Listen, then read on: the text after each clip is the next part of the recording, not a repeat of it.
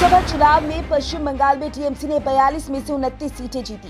Party ने 2019 के चुनावों की तुलना में अपनी सीटों की संख्या में 7 सीटों का सुधार किया।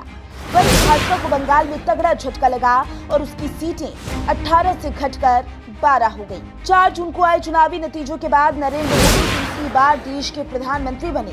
सरकार का गठन होने के साथ ही मंत्रियों को उनके मंत्रालय भी सौंप दिए गए। इससे पहले 4 जून को आए चुनावी नतीजों में 240 सीटों के साथ भाजपा सबसे बड़ी पार्टी बनी।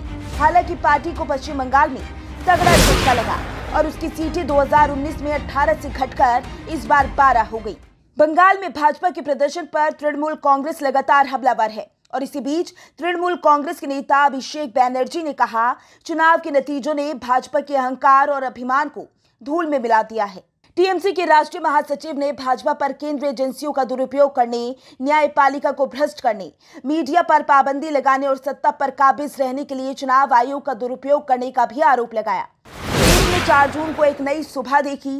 टीएमसी नेता ने कहा, 2024 का लोकसभा चुनाव इतिहास में देश ने 4 जून को एक नई सुबह देखी।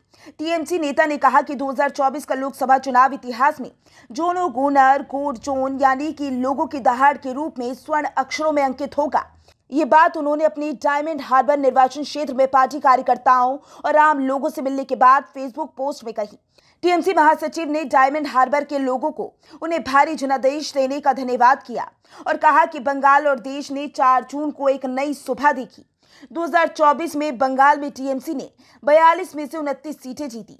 बता दें कि लोकसभा चुनाव में पश्चिम बंगाल में टीएमसी ने 42 में से 29 सीटें जीती। पार्टी ने 2019 के चुनावों की तुलना में अपनी सीटों की संख्या में 7 सीटों का सुधार किया, जबकि भाजपा 18 से घटकर 12 पर आ गई।